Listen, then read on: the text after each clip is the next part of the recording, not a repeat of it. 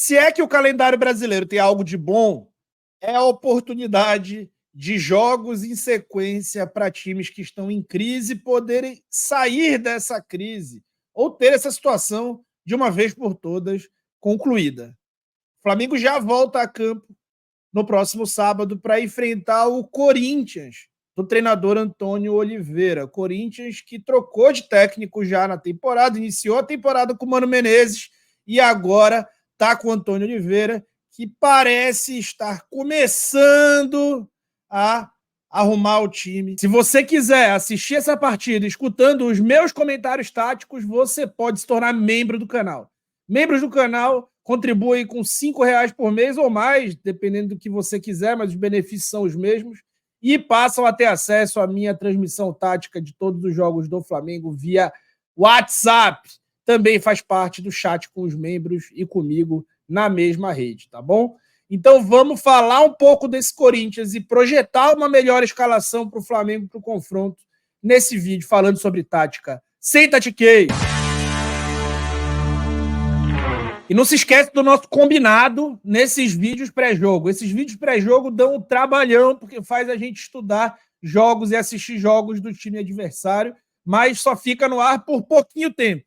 Então, deixa o teu like. O teu like sempre é importante, mas nesse vídeo ele é mais importante. Então, deixa o teu like, se inscreve no canal para o máximo de pessoas poderem assistir o vídeo antes da partida ser iniciada e o vídeo e caminhar para completa obsolescência, tá bom? Então vamos lá ver esse Corinthians em campo, depois vamos projetar um eventual Flamengo para enfrentar essa equipe do português Antônio Oliveira. Ao ver alguns movimentos, especialmente defensivos do Corinthians, você vai se lembrar de alguns movimentos defensivos do Flamengo, especialmente no ano passado, quando o Tite chegou.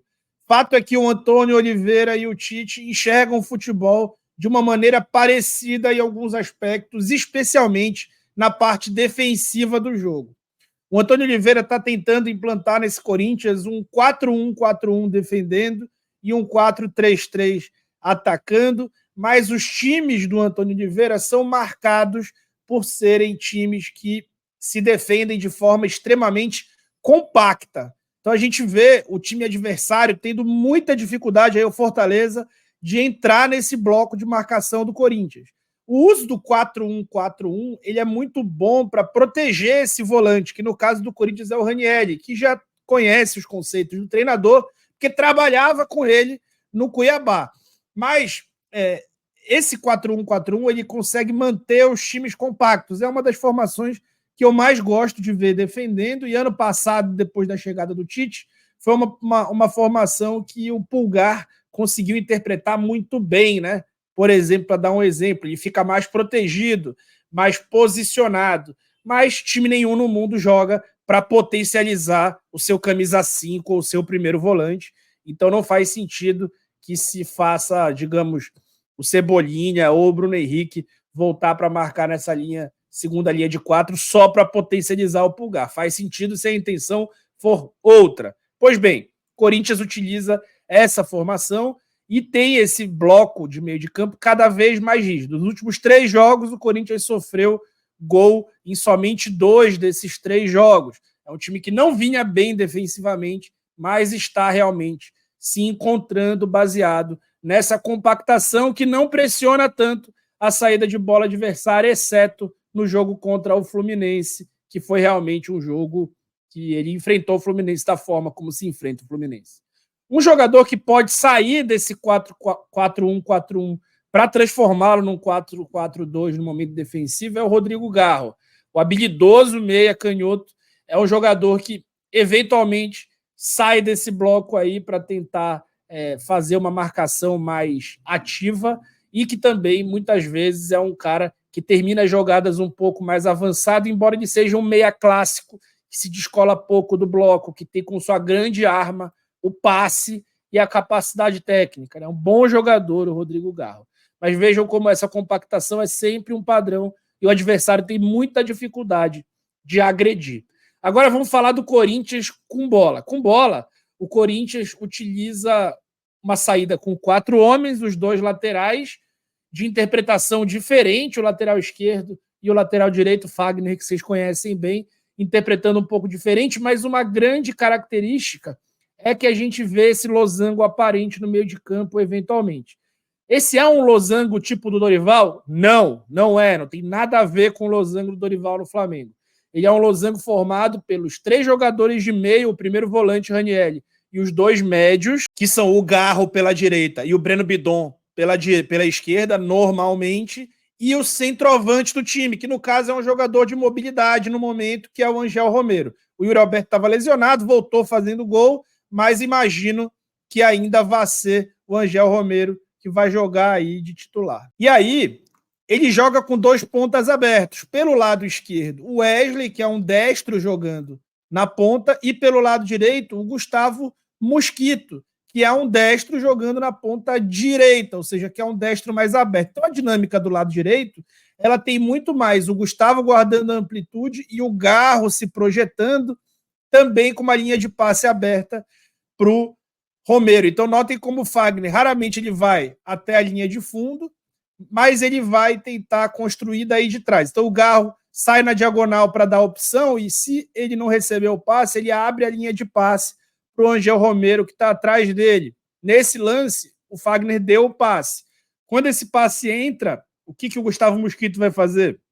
Já vai diretamente atacar as costas aí desse jogador. O Corinthians não é um time que tem atacado bem, não é um time que tem feito muitos gols, muito pelo contrário, é um time que tem sofrido para conseguir fazer gols, tem a menor média de gols marcados por jogo entre todos os times que jogam a Série A do Campeonato Brasileiro. Então, o lado direito, explicando para vocês resumidamente, é um lado de um pouco mais de associação, com o Garro caindo ali, com o Fagner e o Mosquito sendo esse destro que vai guardar amplitude, mas vai fechar na diagonal também para atacar o espaço.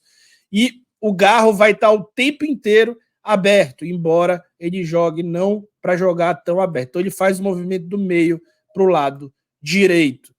Enquanto do lado esquerdo, a ideia é ter 1 contra 1, ou seja, é ter um descampado, é abrir espaço. Então aqui o que vai acontecer? O contrário.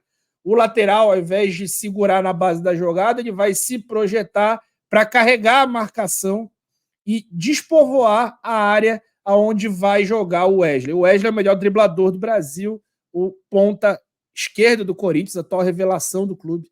É um ótimo driblador. E é muito difícil de não ganhar uma jogada no 1 contra 1. E uma característica desse time é muita gente atacando a área nesses cruzamentos. Não tem conseguido ser efetivo ainda, mas é um time que ataca a área com muita gente. Fez gol assim no último jogo da Copa Sul-Americana. Não tem um grande ataque, ataca basicamente dessa maneira. Depende muito do jogo, do Wesley e do Rodrigo Garro. E sim, é um time que é bem possível de ser bem marcado. Vamos falar agora de como o Flamengo pode jogar para enfrentar isso. No vídeo que saiu ontem, assista. Eu falo bastante sobre fazer o simples. E entre fazer o simples, essa é a escalação ideal para o Flamengo. O Flamengo vai enfrentar um adversário muito compacto, vai ser um adversário que vai vender caro as entradas na sua defesa, no seu entrelinhas, e o Flamengo ataca a partir do entrelinhas do adversário. Então, a ideia do Flamengo atacar parte exatamente na zona melhor protegida do Corinthians, e para isso o Flamengo vai precisar ter uma saída de bola decente. Para ter uma saída de bola decente, ele precisa ter o Matias Vinha e o Léo Ortiz no time, tá? Então isso é muito óbvio. Fabrício Bruno deve ser convocado nessa sexta-feira e vai ser difícil o Tite não começar o jogo com ele depois de uma convocação para a seleção. Mas para esse jogo em especial é adequado você colocar o Léo Ortiz para poder ajudar a furar um bloqueio de um time que vai se defender, sim, provavelmente muito bem, que tem se defendido bem.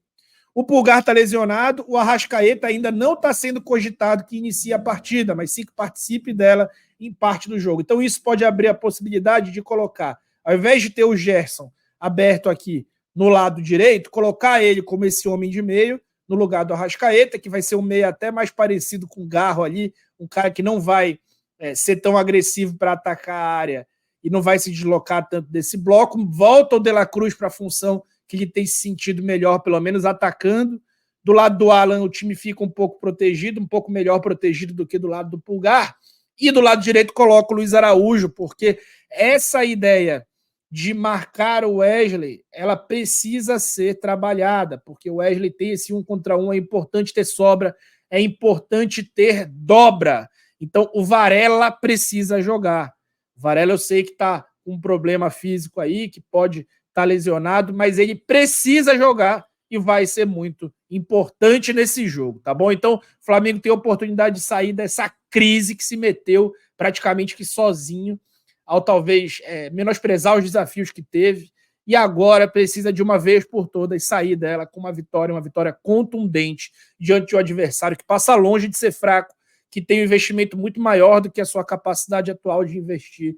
Então o Flamengo precisa se cuidar e vencer esse jogo, vencer bem, para ter o mínimo de paz nos jogos seguintes, tá bom? Se você quiser assistir esse jogo escutando meus comentários táticos, não se esqueça de se tornar membro no canal, clicando no link na descrição do vídeo ou no botão Seja Membro, tá bom? Então, muito, muito obrigado e eu fui.